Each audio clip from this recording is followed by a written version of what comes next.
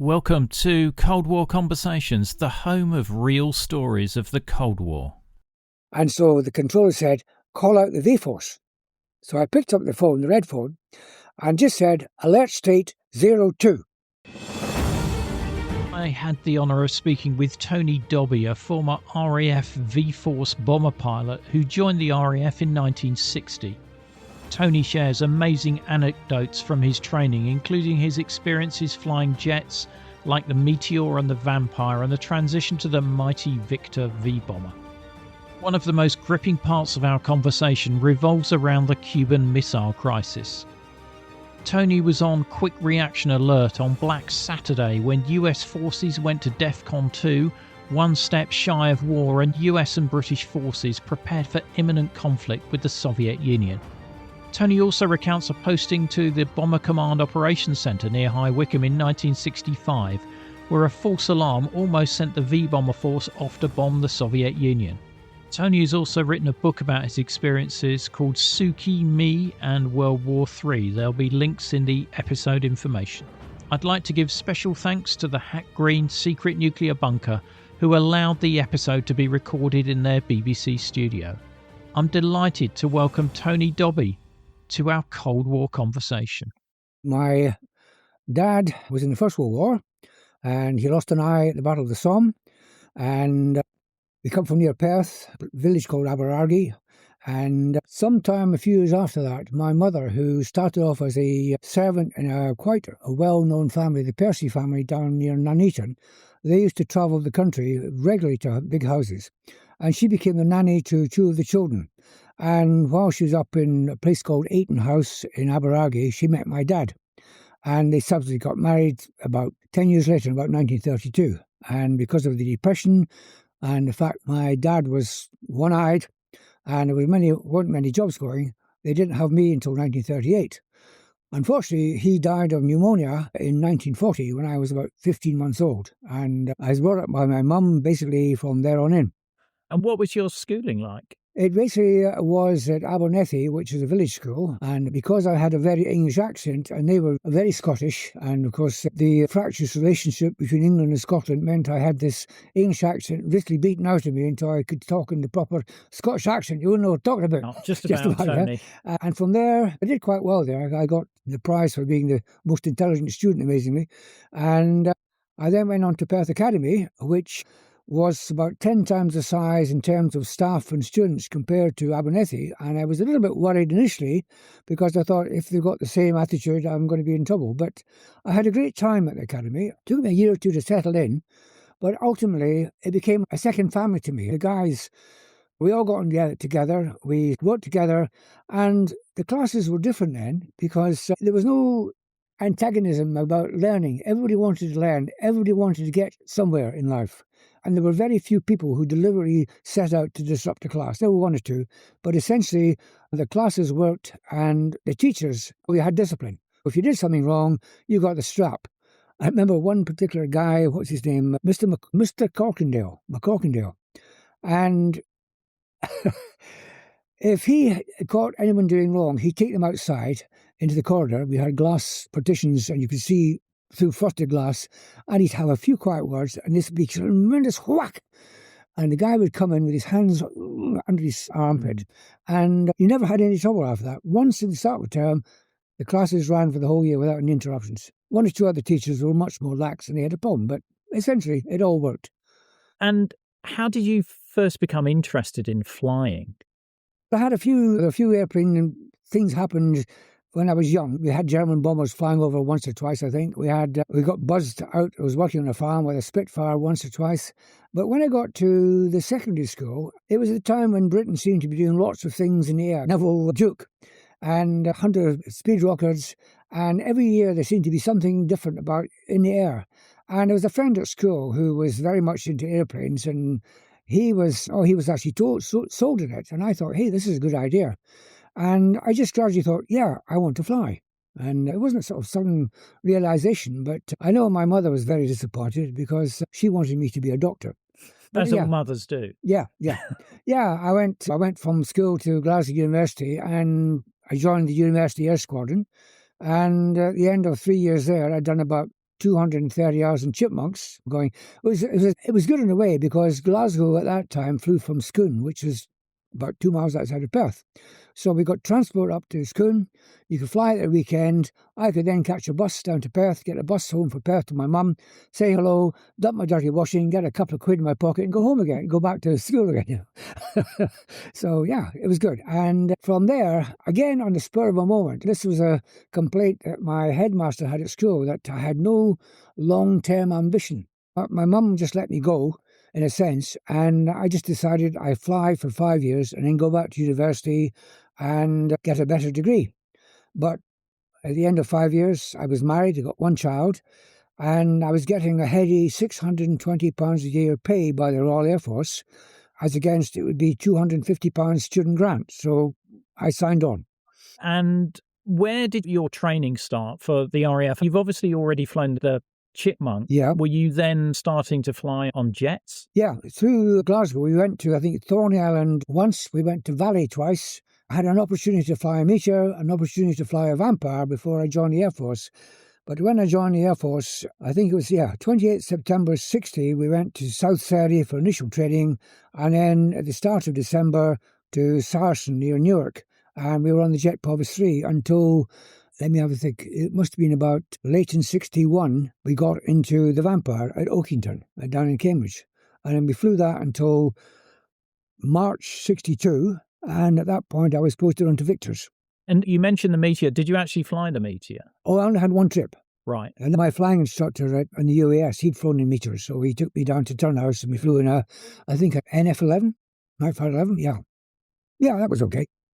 And the difference between flying Chipmunk propeller plane and a jet aircraft, what was the sensation of that? The Jet Provis 3, I think it's been a funny comment, it's variable noise, constant thrust. I mean, it was a nice airplane to fly. I didn't have any difficulty flying it. And yeah, I went through the course, no problem. When I got onto the Vampire, yes, go down to Oakington. They had two schools. If you were small enough, you got into the Vampire. If you were too big, you got into the Meteor. The Meteor actually, I think, was a bit trickier because I know they had problems with the phantom dive, which I don't want to go into, but I think if you got a combination of air brakes out and flaps down, you couldn't recover.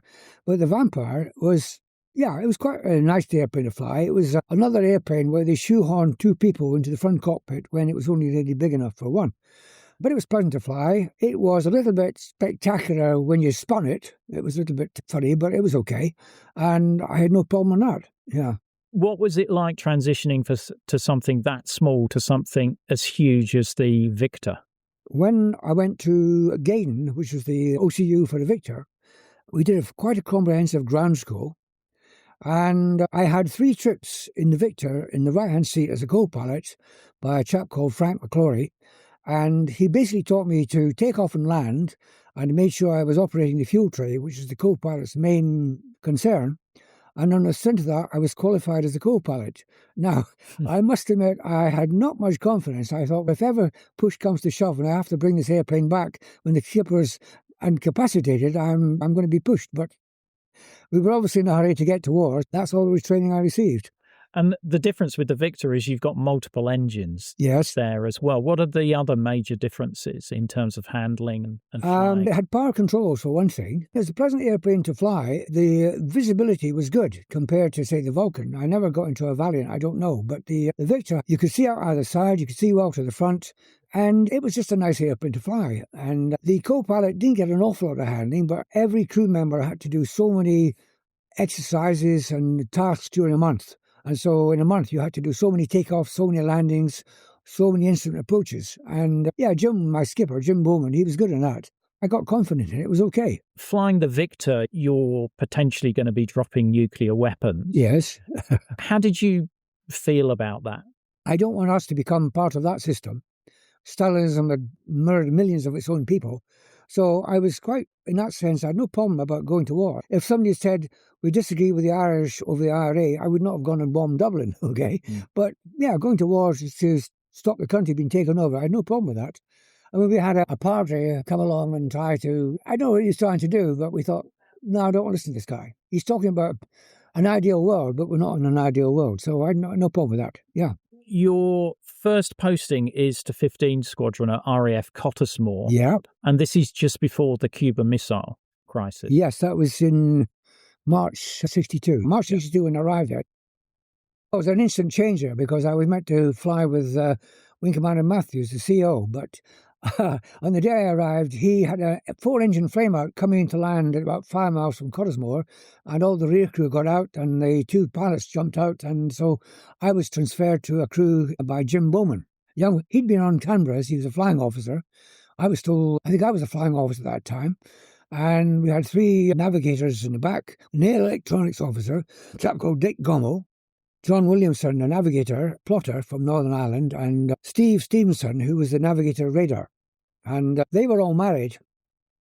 I was a singleton, so I stayed in the mess. And of course, when you had to meet up, you met up with the ops block, and I came from the mess, they came from the quarters. But yeah, we got on okay. We had no problems with that. Although I think I know it wasn't Steve, it was a guy called Colin. He was the original nav radar. He christened me Cactus Jack because I was a little bit spiky in my Scottish approach to things. Brilliant, brilliant. What were your targets if you'd had to fly the nuclear mission? I remember one was Zaporozhye in Ukraine, which is now in the area where they're having a war. And I think the other one was also down there. Not entirely sure.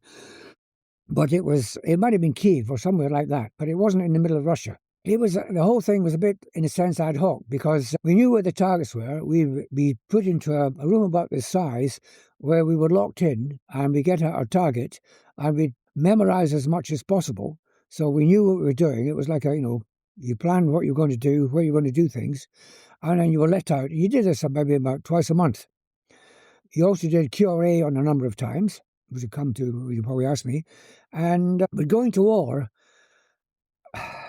there was no provision, for instance, for if there was a nuclear war going on, obviously there'd be other nukes going off, and we didn't have eye shades. And if you got blinded by a nuclear flash ahead of you, what could you do? If you actually made your target, and then where'd you go? I think our only opportunity would have been somewhere in Italy or possibly Cyprus. But nobody actually said for sure. It was basically drop the bomb, and then every man for himself, essentially, what it was. The other factor was the flying kit I'm on at the moment. If you drop out of an airplane at 40,000 feet, you're going to be pretty damn cold. And of course, going into Russia in the middle of winter, how cold you'd be by the time you hit the ground is a moot point. But I suppose if you just nuked a couple of million Russians, they're not too fussed about how they're going to treat you, are they? I guess if you got the call to go, you were pretty certain it was a one-way mission. Oh yeah, I don't think there was any doubt about that. I mean, there was no great plan about coming home. I think it was very much assumed that if we all launched, the families would decamp from whichever Air Force station we're on and find somewhere quiet because they obviously expect the station to be taken out. Yeah, you're with the Victor nuclear bomber, and the Cuban Missile Crisis happens. Right. How much did you know about the Cuban Missile Crisis at the time? I was aware it was happening. There wasn't an awful lot. I think television was still in its black and white days, and we had news about the fact that the Russians were steaming to Cuba and the American Navy was going to stop them. And on the Friday in particular, which was the 26th of October, I can't remember, there was a dining-in night, which for some reason went ahead. And so we had 10 squadron and 15 squadron and all the whales and all the engineers and the air traffickers and the admin staff in the dining room, and we had the dinner when alcohol flowed freely. We had a speech, and then we all adjourned to the bar. And at that point, I thought, I'm going down to my room to see what's happening. And I got there, switched my radio on, and it said, the Americans are still waiting for the Russians. The Russians are still steaming towards Cuba. I thought, I'll go and have another drink because obviously we don't know what's going to happen. Next morning, there was either a tannoy or a siren went off, and everyone was told to report in flying kit to the ops block. And we all got there, and we were in a fairly big size room, 10 crews from each squadron, so basically about 100 guys, plus whichever ops staff were there, in our flying kit, waiting for something to happen. And we were there for a number of hours, and obviously at some point, Khrushchev and Kennedy came to agreement, and we stood down, and that's as far as it went. Wow. Yeah. Wow. So that was Black Saturday, which was the darkest day in the Cuban Missile. We could probably have gone from there. I don't know. So that's the closest we got, yeah. And what was your readiness status? Was it like 15 minutes? When we were on call-out, you were in QRA, and we had Seco huts, these long wooden huts on a cricket pitch not far from the mess. Because when you're in QRA, you stayed in flying kit, and you'd have one of these hooter, your klaxons going off. And so you get into, we had, I think, a Vauxhall estate car, which had a gear change, column gear change. And it was like stirring porridge. You eventually found it, and you get down to the aircraft, you strap in, and the ground crew were there, have the auxiliary power supply, you get the engine started up, and you'd hear a voice saying, "This is the bomber controller, alert state 05, which meant you're now in the aircraft with the engine started, ready to taxi. And that would happen odd times. It could be lunchtime, it could be 2 o'clock in the morning. So whatever you were, you go out and do that. And you're told, bomber controller, alert state, revert to 15 minutes. You go back to be on QRA, which was fine during the weekdays. But unfortunately, at the weekends, the aircrew feeder on the ops block didn't open. So you had to eat in the mess. Now, the station master, lovely old guy, a guy called Bob Wayhill, he was very much a man of the old school, and he did not like officers in flying kit in the mess. So he insisted we wear number 1 uniforms. And not only that it didn't have a hooter in the mess either. They had a tinky little bell, so that if you're going to start nuclear war, you don't want to alarm anybody else. I've had this illustration. If you were at the dining table, you hear the bell, you say, "Excuse me," to everyone around you, get up, wipe your mouth with a napkin, push a chair to walk out, get your flying suit from the cloakroom, put it on, very much Battle Britain style, and go to war. Wow. It worked, but it was kind of very much a consideration. Yeah, I'm still trying to get over the fact you had this dodgy car that had to get you to your aircraft, and that was our nuclear deterrent. Gear change. It was like, it was incredible. Try that, yeah. And it didn't have a fantastic acceleration either. Sometimes you had a crew bus, but they were even worse. Wow. So after your service at Cottesmore, you're posted out to Malaya. That was a detachment. Yeah, it was during the confrontation, and I think the first time we went out was in December 63, and we went to Tenga. We were out there with, I think it was 55 Squadron. They were victors from Honington. So we had, I think, 10 victors out there. And yeah, that was quite good. Brilliant, because it was in the northeast monsoon season, so it was quite dry and sunny, very warm. And yeah, we had a good time. We saw the island. We did some trips out there. We did a spectacular one when they decided to show the flag. And it was done at night. So we had, I think, 4 or 5 or 6 victors get airborne and fly around the island at about 1,500 feet to show the locals that Britain was taking care of them. And this was the confrontation with Indonesia. So Indonesia wanted to annex Malaya, whereas Malaya wanted to become an independent state there. So was the mission potentially a nuclear mission there, or was it conventional? No. It was 1,000-pound bombs. And it wasn't, in fact, we were out there from, I think, December to February. Yeah, it was December, February, because I came home in the March and got married. And then in the April, I think, or May, I went back out there this time we went to Butterworth, the Australian base. And I know we had 1,000-pound bombs there, because on one mission, we got airborne with about 10 1,000-pound bombs, which were, I think, ex-World War II stock. And we were told to go up to a range called Song Song Range, which is about 20 miles north of Butterworth, Penang Island, a little island off the west coast of Malaya, and drop the bombs. And Jim, my skipper, said, "You will go down the nose and watch the bombs drop." I did. And the first bomb exploded, and the shockwave set off the proximity fuse in the second bomb. So the bombs were slowly coming back up the column. Well, fortunately, we only had 10, so it never got near the aircraft. And then after that, they had it's a well-known publicity shot of I think I remember the number, XH588, which is actually the Victor, which is now in Duxford, which I've actually flown about 15 trips in.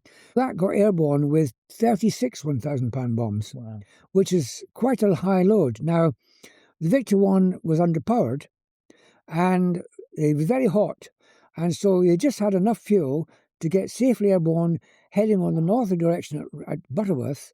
They go up to the range to drop the bombs, to come back and land on the reverse runway. But the publicity shot was brilliant, because it basically said to the Indonesians, "This is going to be your lot," a bit like Trump in Iran.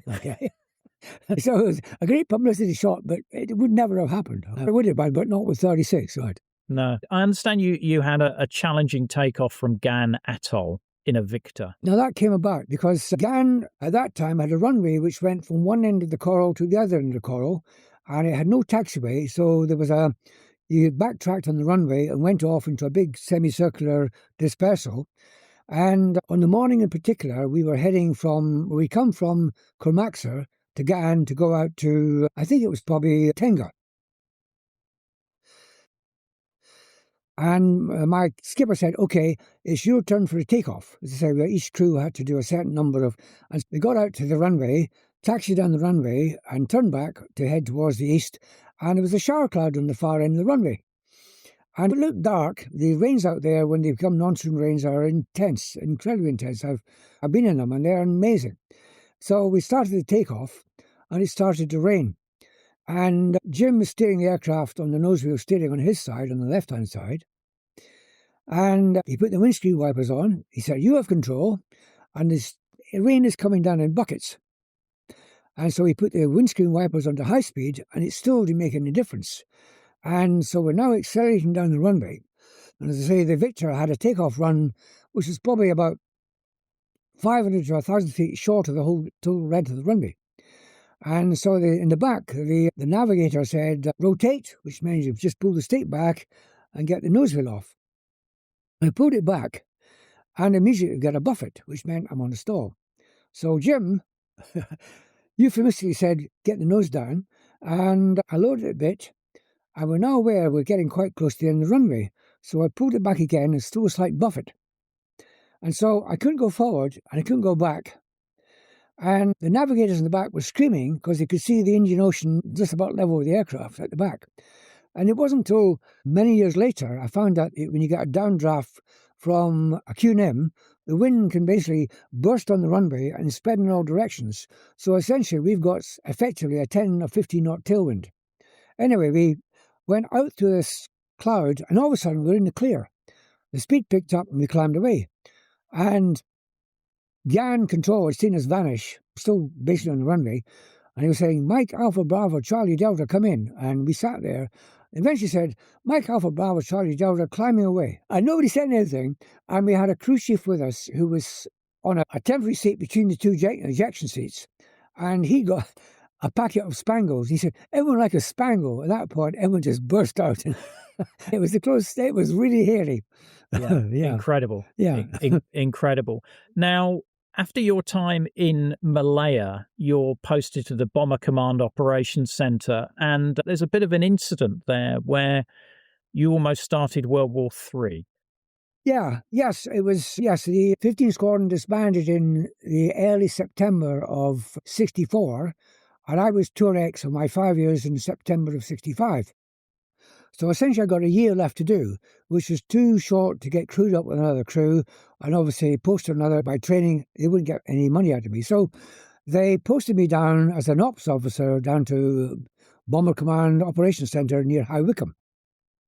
I went down there, and it's an interesting place because I was the flying officer, and I think there were probably some squadron leaders, but most of the other ranks were wing commanders, group captains, air vice marshals, and air marshals. So it was interesting life in the mess. I was a very junior officer.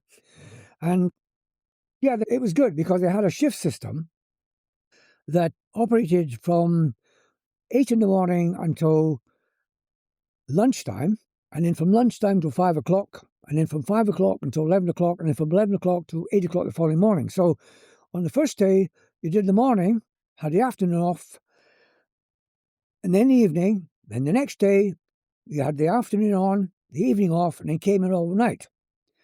You then had a day off. Then you had that shift again for 2 days, and then you had 2 days off. So there's a certain amount of built-in jet lag the whole time. Especially, as I say, I was married. I got a baby and also a dog. So, yeah, sleeping was, yeah. So, yeah, the ops centre, it was basically an oblong box building. It was probably roughly about 30 metres long as I remember, and about 50 metres high and 50 metres square. And the entrance door was a little door with a big glass panel, which was a one-way mirror. You could see in the mirror when you looked in, but looking out, you could see who was calling. So you got entrance once recognised, and there were offices, little glass-fronted cubicles down the length of the wall you just come in. There was a corporal, a couple of WAFs, and a telephonist on the right, and then there was the sergeant ops, the ops officer, which was me, and then the controller on the left-hand side. And then across the floor, there was this huge great board, which had probably been used by Bomber Harris during the war. And it had a big board with the number of squadrons, the number of aircraft, and the stations available. I think the V Force had something like about 8 operational bases and about 30 diversion airfields. In addition to that, they had, I think on the top left-hand side, they had a notice saying Thule, in other words, American base in Thule in Greenland, and Clear in Alaska, and they'd have something like alert state there.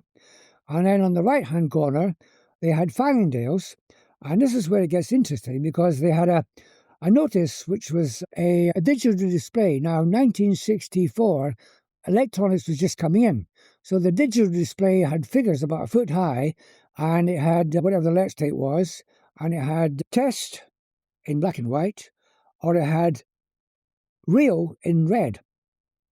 And it had things like an ECM state, number of minutes to impact, number of missiles coming in. Okay? Now, normally when you got in there, it would be on real, and every so often Fallingdales would ring up. Now, there's another thing. It's an old-fashioned system. We called it a Hadley box, which I've never been come across the name, but essentially it was a 10-channel communication system of a toggle switch which had red, amber, or green. So if somebody called you, it would light up red. You put it straight to green, unless you were talking to somebody else, in which case you put it to amber, which would let them know you were talking to somebody else. So we had 2 of these together. We had 10 on one side and 10 on the other.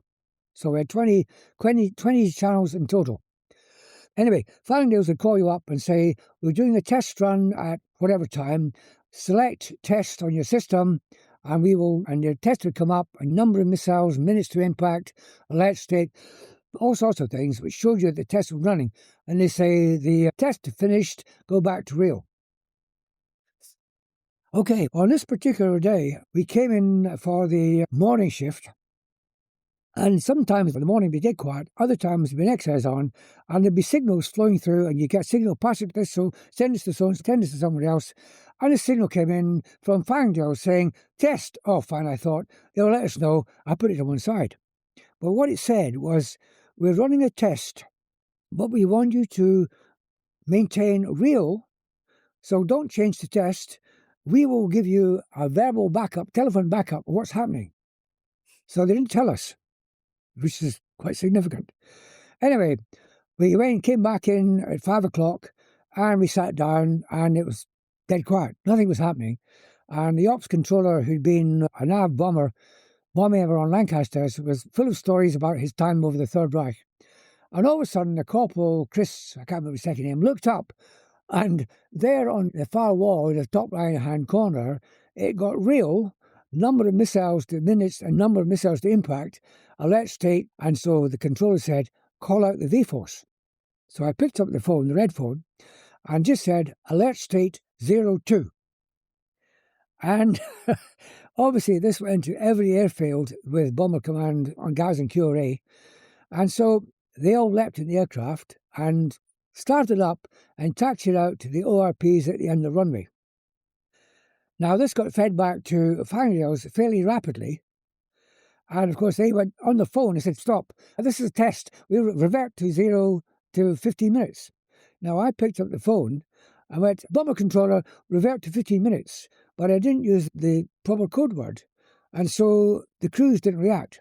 Now, I know for a fact, I think it was at Scampton, where the Ops Centre is very close to the ORP. The station manager just happened to be visiting the Ops Centre when the call-out was made. And so the crews ran out, and they got 4 Vulcans on the end of the runway. And, of course, the call down, the stand down came from Fallingdales. So he got on his car and rushed out, parked his car on the edge of the runway, and went out onto the runway and waved his arms to the crew to say, don't go. Now, of course, the guys on the aircraft, their adrenaline levels being really high, They said he could be a commie sleeper, so if he doesn't get out of the way, just drive over him. Anyway, they all stood down. Oh yes, that was the other thing. When I got this call out 02, the handy boxes, they all lit up. I felt like a guy had hit the jackpot. And I thought, who do I answer first? So I pulled one switch down, and this voice, it said, I don't know, Wittering Ops here. This is Wing Commander Slessor, I think, son of the Air Marshal Slessor. This is Wing Commander Slessor here. My boys are ready. I thought, that's a good call, see? And I picked another one, and it was, I think, Witten, I don't know. But this voice said, you mean to say this is war? So still a shriek. So anyway, it all came back to normal, but I was informed that although I was meant to stand down tomorrow morning, I would have to appear in the Group Captain Ops's office at 8 o'clock in my best number 1. So I thought, I know I'm going to get a rollicking for this. So I went along to his office, and I was also aware that the Manual of Air Force Law, which is a massive great tome, has all sorts of infringements of failures. But I thought, no one has ever dreamed up of the fault of, shall we say it in official jargonese, war, thermonuclear, inadvertent causing of. So I thought, they can't charge me with that, okay? So, and the group captain, Griffiths, as the guy was, he was a big lad. I think he played rugby as a prop forward in the RAF rugby team. And he said to me, he said, Dobbie, I said, sir, he said, what you have just done has been unofficially approved of. We would never have received political permission to do that. However, and so he gave me a real telling off. Now, it's funny, but years later, I think it wasn't until the 90s, there was a guy, I think he became a Lord Hennessy, I think his name was, and he wrote about the nuclear call-out in the 50s. And he happened to comment, he said, in the 60s, the Americans are now reverted to having a guy with a go bag chained to his wrist that followed the president. He said, now, Britain didn't have that. Okay, Americans had Pearl Harbor, so they were making sure they didn't get caught out a second time. But in Britain, who knew where the Prime Minister was? Was he in his car on the way to somewhere? Was he in the house? Back Macmillan, was he out playing golf? I don't know. So apparently, the release authority was given to the C&C Bomber Command. Now, I can't remember, I think it was Sir John Randy who was C&C, the Bomber Command, when I arrived there, but I can't remember who it was that when I did the call-out, but unofficially, he thought, yeah, it worked just as advertised. And that's right, you would never have received permission to do that. When I read that, I thought, yes, I've been receiving unofficial thank you for something that they would never have been allowed to do, and it worked. Yeah. So in a sense, I was relieved not to have. But yeah, your career continued, so it wasn't a career-ending decision. Well, weren't there? No. Okay. So you're then moved over to flying to Canberra in West Germany, and again, this is nuclear strike, but this is low level. Yeah. So how different was that for you? Because previously you were flying at like 40,000 feet in the Victor, and now you're just above the treetops. The Canberra actually was a lovely airplane to fly, and 2-engine, it was no problem. It was really manoeuvrable. We had the BI-8, which was the one bought by American funds. So there are no BI-8s now. Because they're bought with American funds, they all had to be destroyed, which is a shame. But the BI-8 was a lovely airplane to fly. Again, though, it had a system where the pilot had an ejection seat and the navigator had to do a nosedive out the front with no ejection seat, saving money. But yeah, it was super to fly. And I had a bit of a problem going through the training on it, but I got through that and I had a great time on 16 Scorn. Yeah. What else about it? I was just going to say, it must have been challenging the navigation at low level. And because presumably the navigator is saying turn at this next steeple or something. Yeah, like that. Okay. Yes, it was a bit funny because on the V Force you were allocated to a crew. On the Canberra squadron, I know when we went through training, we were put in this big room and you had all the pilots and all the navigators, and it's basically, who am I going to marry? So speed dating. And Dudley Brown was my nav. He was a young lad. He'd only just finished training. So I got a tour ahead of him. And we got on fine, no problem. But I know that was on one occasion we were flying around Germany and he said, okay, turn port onto 135. So I turned port onto 135, low level. and we were down in southern Germany, and within about a minute, we went slap bang across the Luftwaffe base at Leipheim, which was their main G91 training base. And there were aircraft everywhere, and I went through at about 250 feet. Dudley thought, oh, he said, I'm sorry, Dobbs. He said, I meant 315, not 135. So we turned around and went straight back across again, which was bad enough. But we were just about to do an squadron exchange, and our guy had just arrived there to talk to the Germans about the exchange, and they thought we were being cheeky by bombing the airfield. Anyway, so after that, I took the precaution of having my own map in the back, so I didn't get an event in the head, but no, that's just an aside. Yeah, it was good. It was good fun. It was good fun. And was the delivery of the nuclear weapon parachute retarded, or was it a lob? No, it was a lob. Yeah, we had this. It was basically a roll off the top maneuver. Now, they had I think it was called a zero reader in the cockpit, and it was like two needles, one from a horizontal pivot, one from a vertical pivot, and you got up to something like 420 knots, which was about as fast as you go in a Canberra without running out of authority.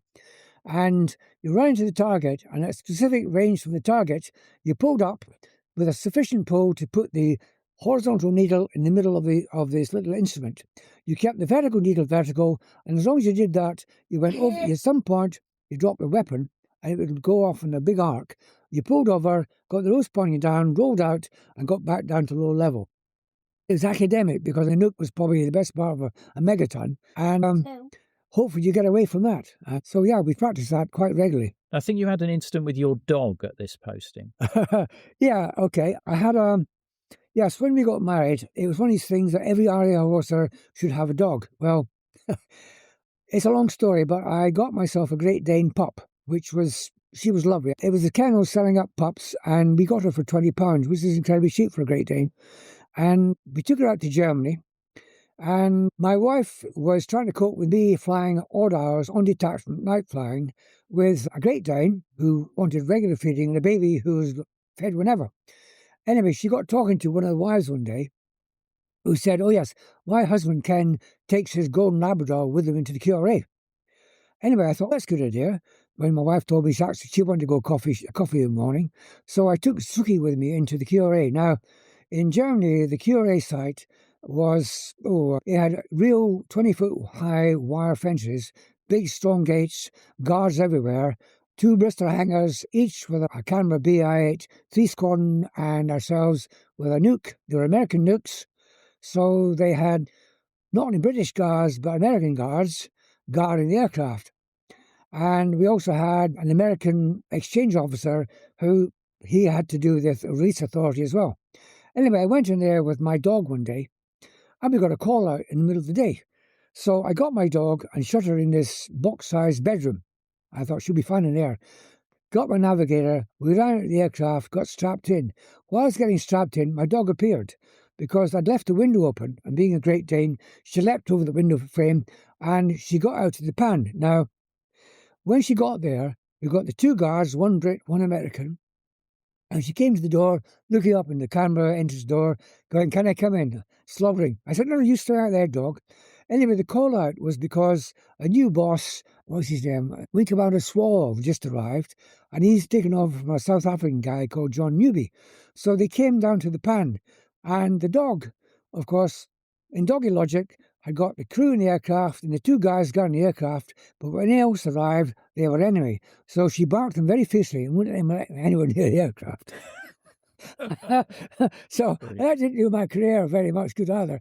Plus the fact, at a later stage, the dog also, the gardens had little 3-foot fences, and she steeplechased over the gardens about 10 gardens down and got to Station Commander's garden, where he got peacocks in the garden. So that was another thing that was a black mark against me. However, I digress. Surprised you didn't get drummed out. Well, unbelievable. With the Canberra, you're flying nuclear missions. What were your targets going to be for that low level? Yeah, that I think, again, we're talking about the late 60s, by which time the Canberra was reaching the end of its useful life. You've got Phantoms, and I can't remember what the French were flying, but the Phantoms were the up-and-coming aircraft, and the Canberra could not compete with that. So most of our targets, if I remember rightly, were on the Baltic coast of Poland. I know we had a Russian air base that was only just inside the coast, so presumably you could drop the bomb without infringing too many nuclear sort of SAM sites. Yeah, that's the only one I remember, afraid. And again, like with the Victor, what did you consider your options were after you dropped the bomb on those pieces? Probably diverting to Sweden. Yeah. That's another aside. I went on a holiday with another guy, both of our families, and we got in our cars. We went up to Denmark. We went across to Malmo. We went up to Oslo. And as we got back to Malmo to go back to Denmark, we saw the newspaper headlines. And it was just when the Soviets had moved into Czechoslovakia. And we thought, we're in a neutral country. If there's going to be a war, we'll stay here. Now, round about this time, you have an interesting encounter with a Luftwaffe officer. Yes, we had one of the exercises we did was, what is it called, interoperability of NATO aircraft. In other words, there were lots of different aircraft operated by all the NATO forces. And so to make sure it worked, every so often you would send an aircraft to another NATO base so they could have practice at turning around your particular aircraft. On this day, we went down to, I think it was Fürstenfeldbruck, somewhere in southern Bavaria.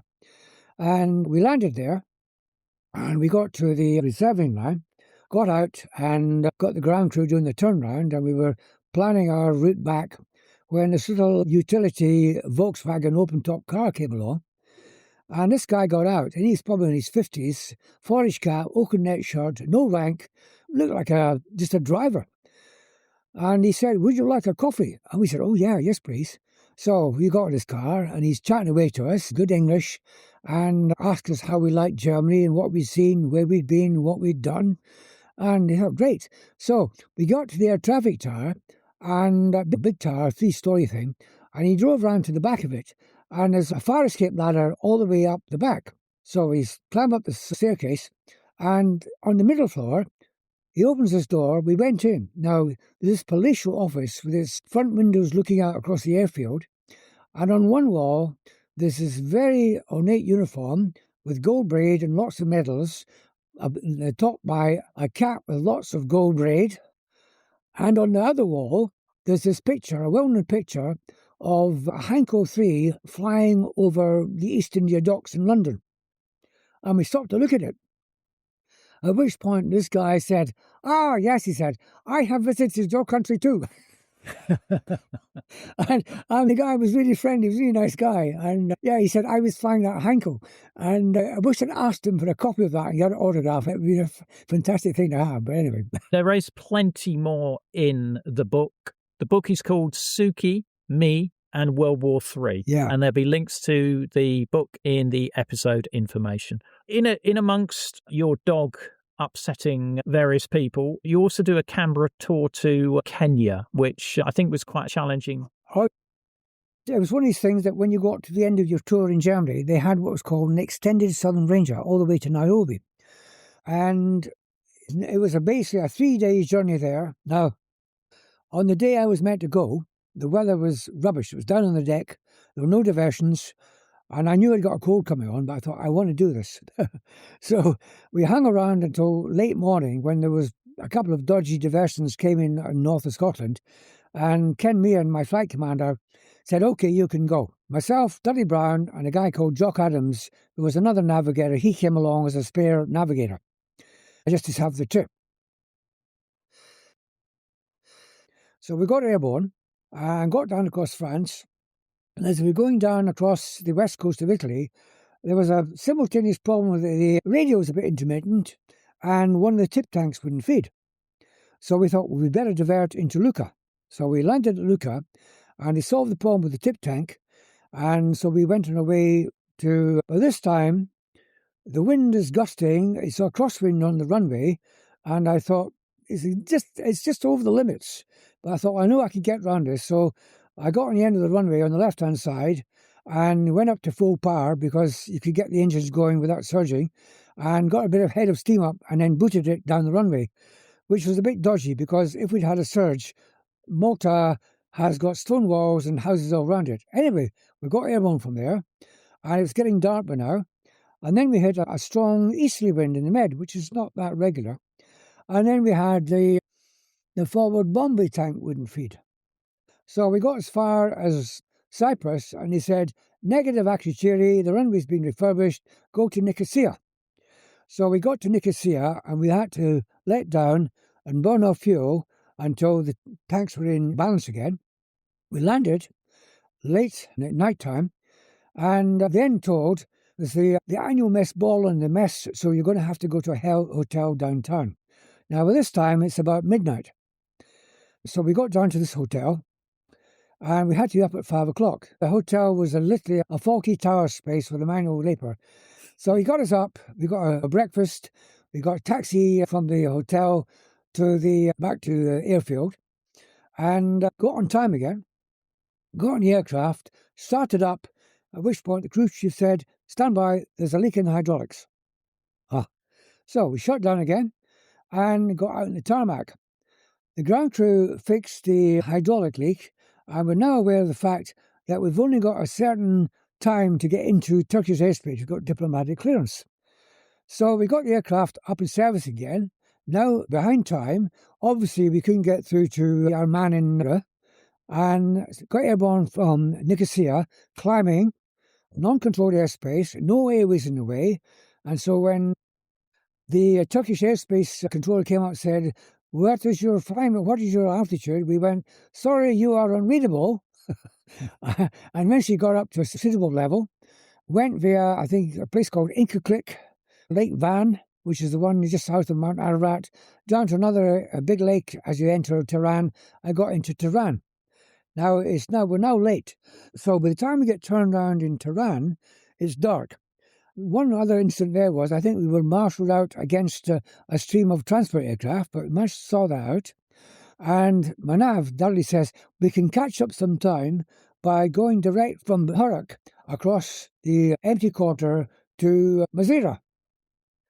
And there were no aircraft that could catch us, there were no airways. The only thing you could see were the oil flares of the oil that was burnt off.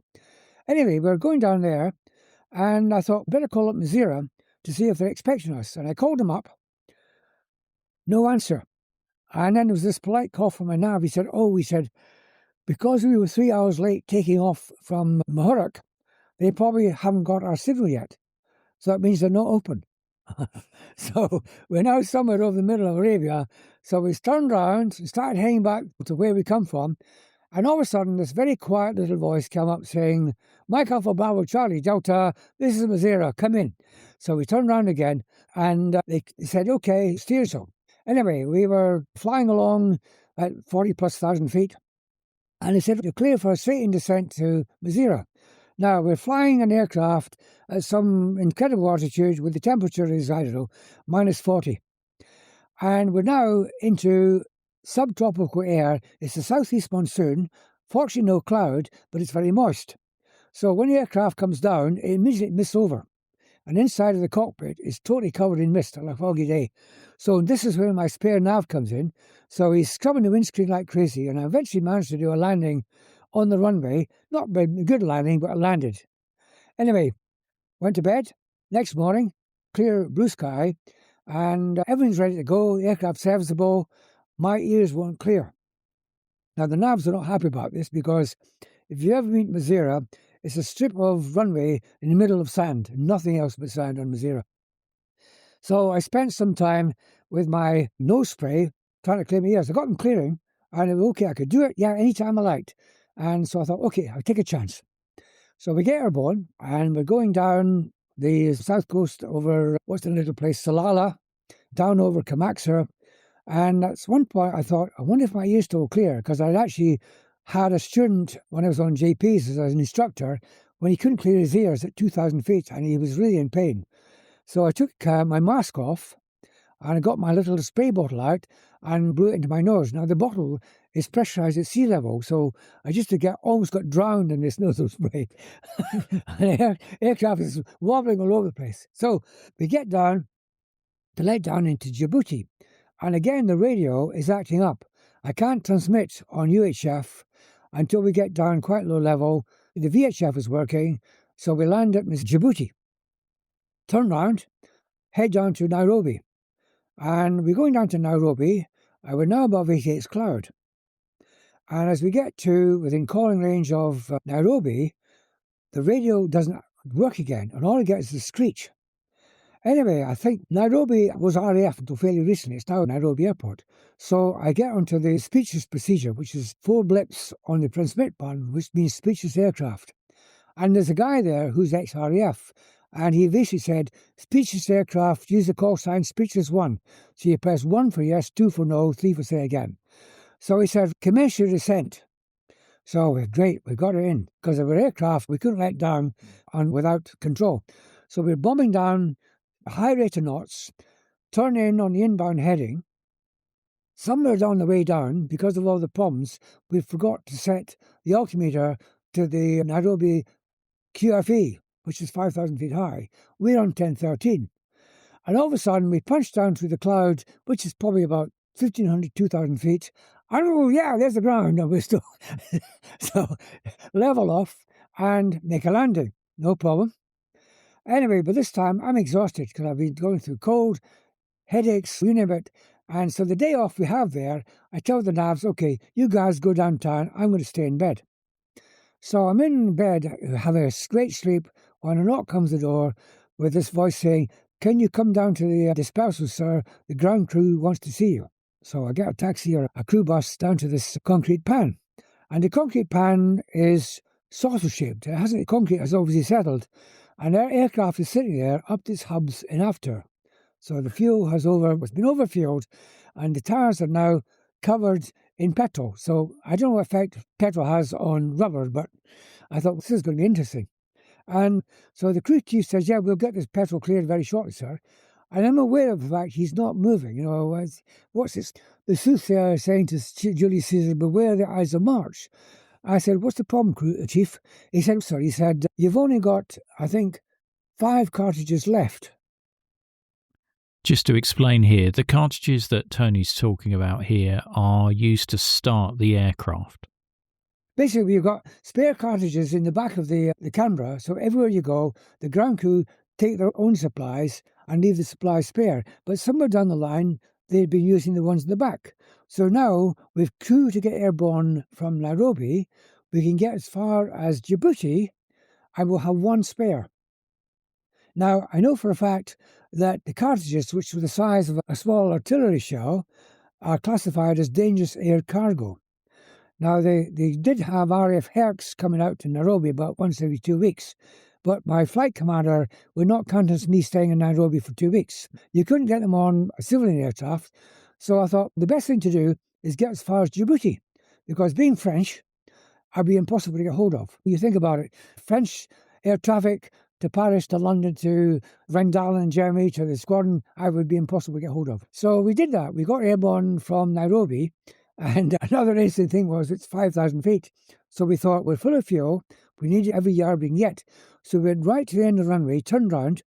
At the end of the runway, there's this huge great net. It's about 15 feet high, which is, I don't know why it was there, but it was covered with local guys all waiting to see aircraft getting airborne. So I went up to full plough. Now, I don't know whether I blew them off, but I never had anything about it. Went back to Djibouti, and Dudley earned his money here because air traffic said, you're clear to descend in cloud. And Dudley said, don't go down to 6,000 feet because there's a 7,000 foot mountain between us and them. Got down to Djibouti, got the turnaround, and we thought, we've got 3 cartridges left. Now, we always start up the port engine first. So we put 2 cartridges in the starboard engine and 1 in the port engine. So if it doesn't start, we take the spare one out and still be able to use the other one, which we did. So we left Djibouti with 1 cartridge and got far as Meteor, and then we got home. Actually, we didn't get home because when we got to, the weather was bad in Germany, so we had a week off in Equatorial anyway. Wow. So it was an epic, but yeah. Very epic. But yeah, I mean, there's a lot of stupid things there because it's like, what's it called? Is somebody wrote an article about pressonitis. When you decide to stop doing, when is it worth not doing? I should have thought about my ears, because if I'd lost my eardrums, that would be impossible. The fuel tank were working, the hydraulics were part of the course. Cartridges problem, that was a one-off. But to go down to Mazira at night, we hadn't been clear for a night landing. If we landed in the sea, the sharks would have got us. If we'd landed in the desert, we'd probably been dead anyway. Yeah. So there was a lot of stupid things about that. Yeah, I learned about being not so gung-ho from that. Absolutely.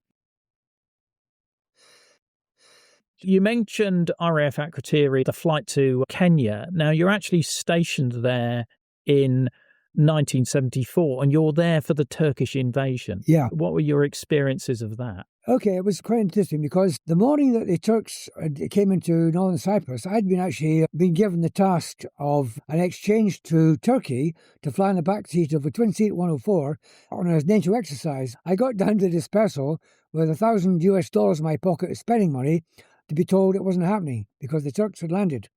And the base went on to complete alert, and just in case the Turks were going to try and take over the whole island. And it was absolute chaos because the local Greeks and the Turks were shooting each other in Limassol, the local town, and they were getting busloads of people out of town to get onto the camp. The funny thing was they'd had an exercise that about the previous weekend, which makes you wonder if they knew this was going to happen. But they got, I don't know how many thousands of people, dependents were in the local town, and it showed up human nature because some people filled up the cars with people to get them out of the town. Some people filled the cars up with the fridges and television sets to get their stuff out of town.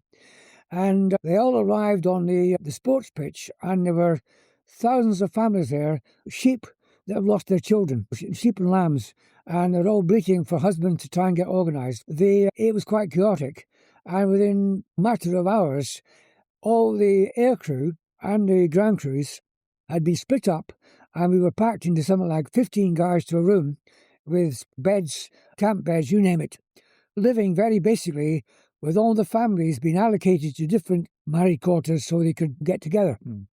I think my wife had about 5 couples come in with children, and it got amazing. They were giving RF ration packs, and they got on fine. What else happened?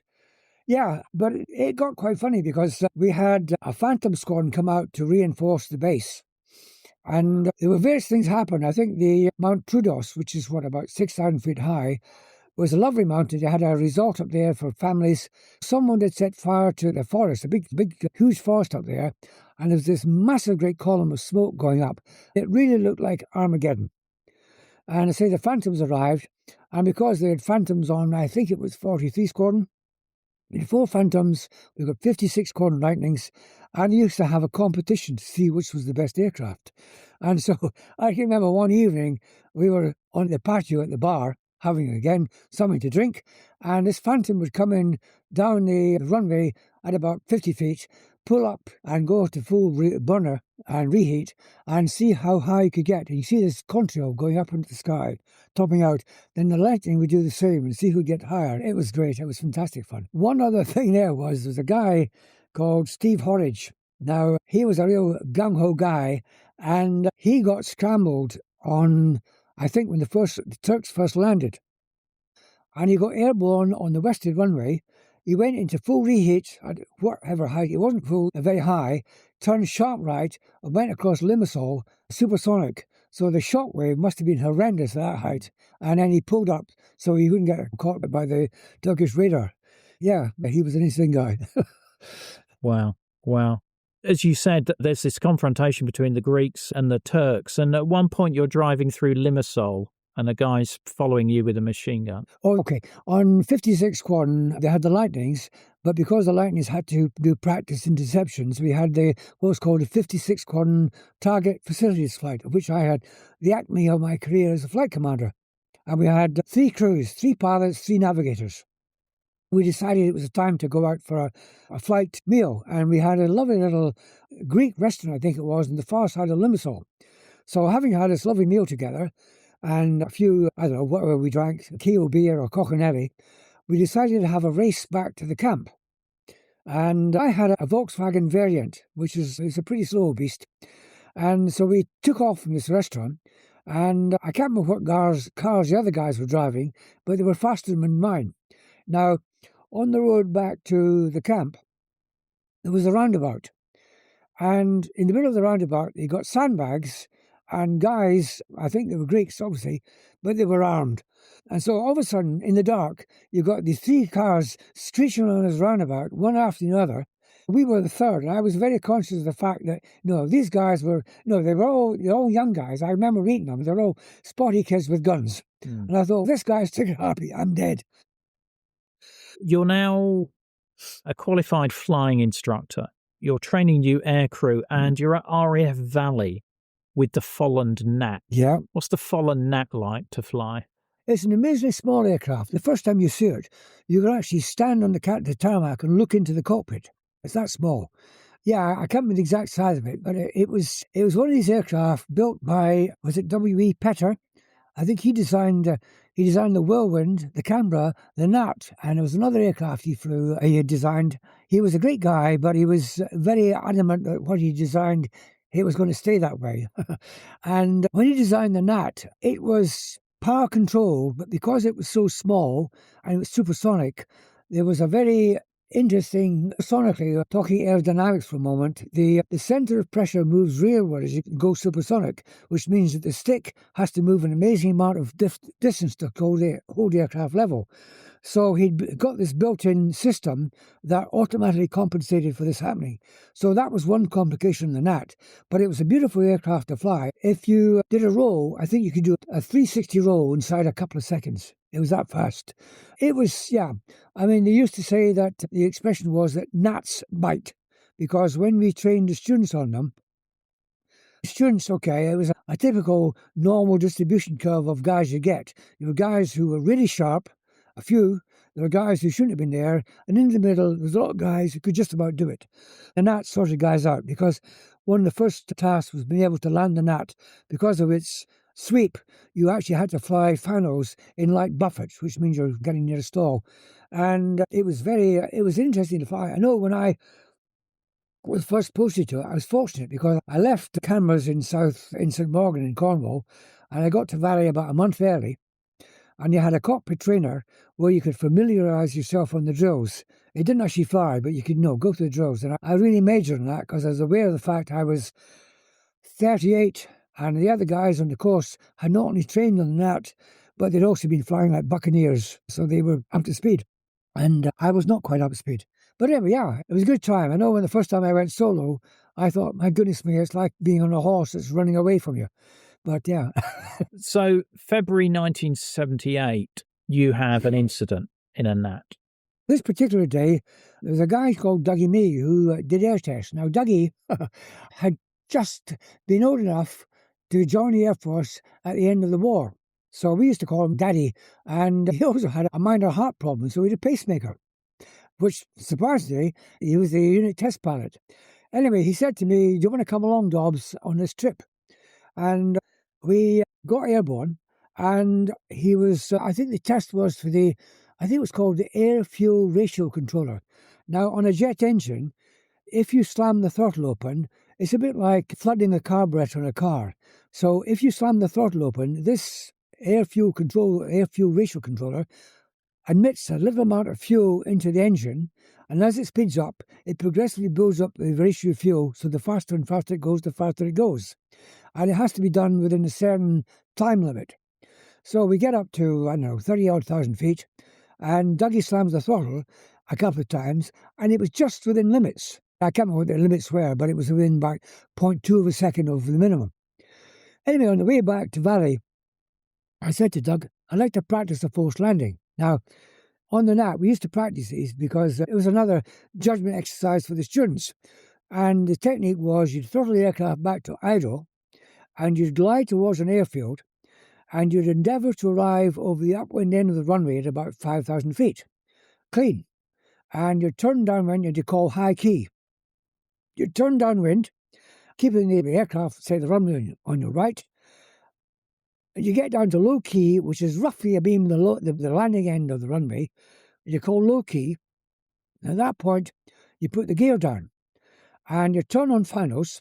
And the idea was that, for real, you'd aim to be about a third of the way down the runway, in which case you would stop on the runway.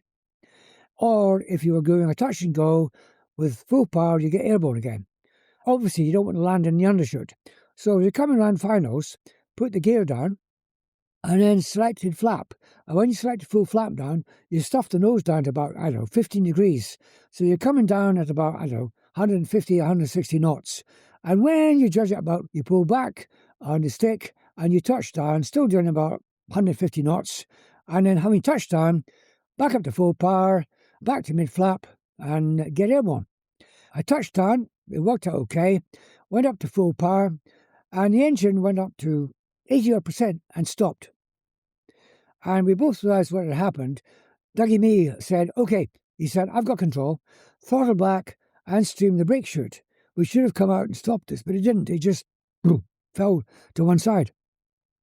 So we got to the end of the runway and we're still doing, 100 plus knots and took the barrier. Now, the barrier should have stopped us, but in fact, the speed of the aircraft pulled the barrier out by its roots.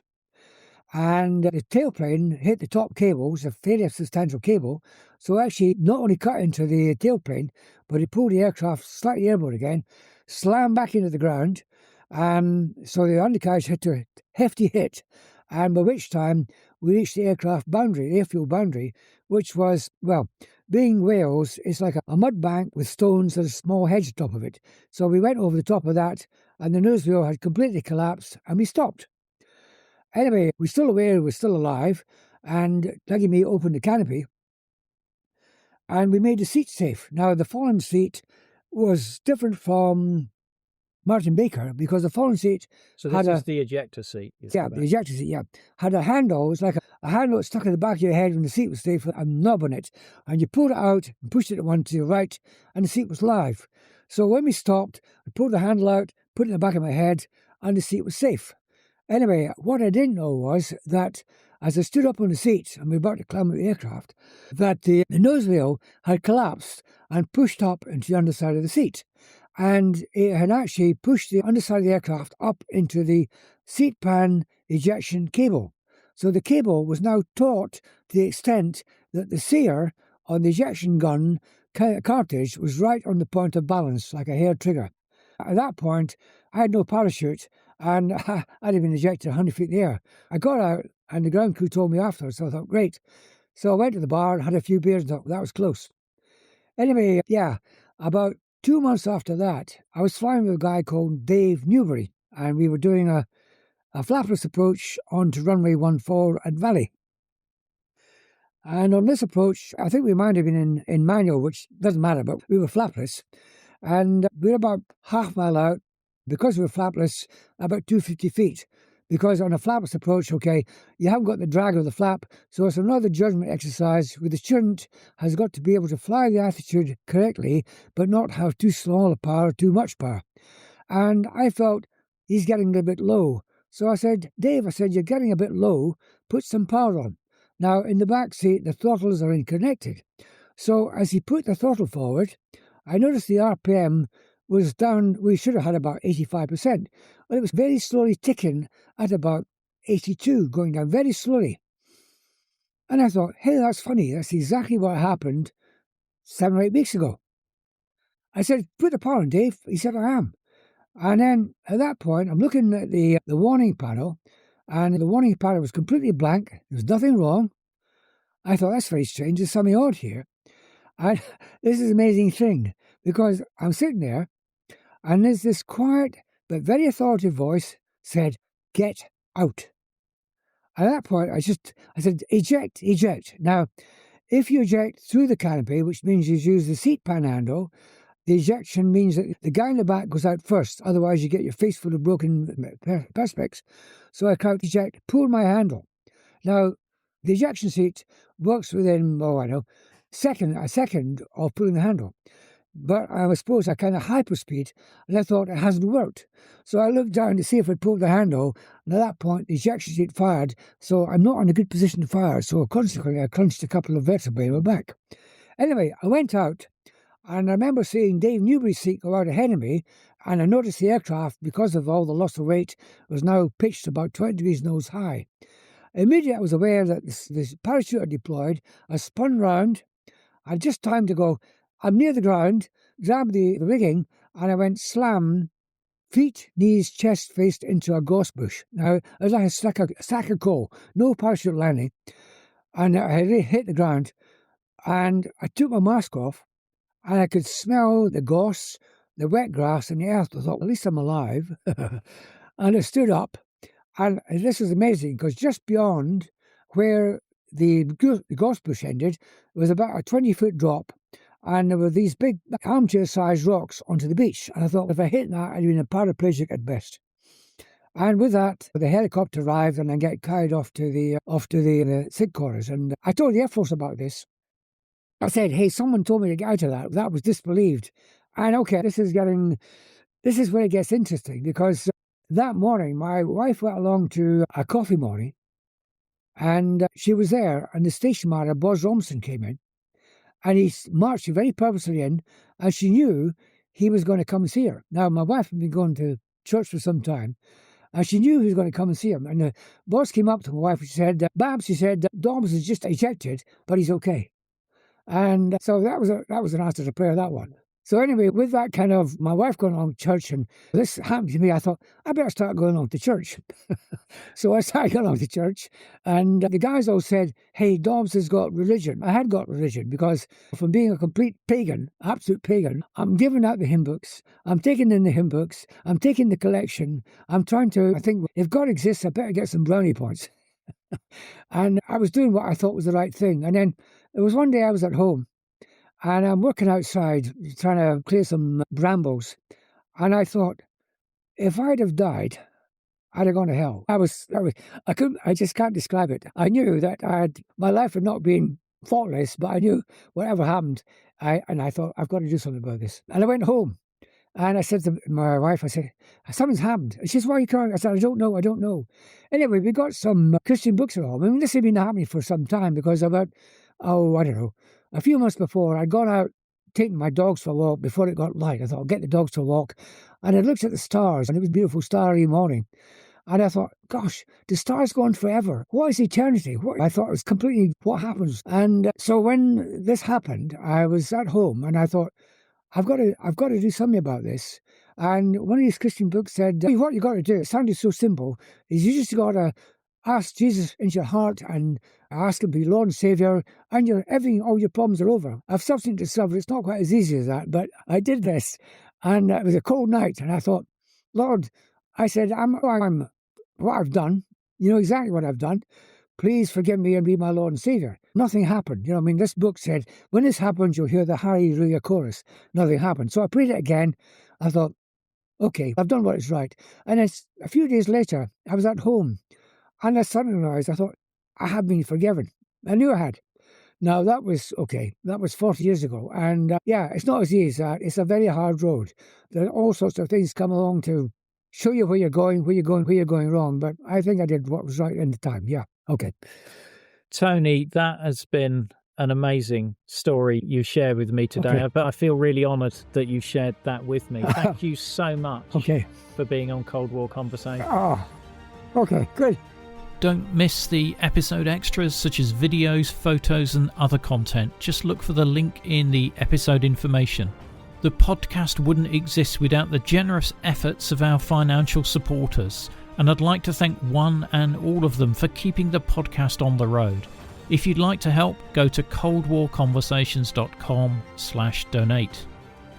The Cold War Conversation continues in our Facebook discussion group. Just search for Cold War Conversations on Facebook. Thanks very much for listening, and see you next week.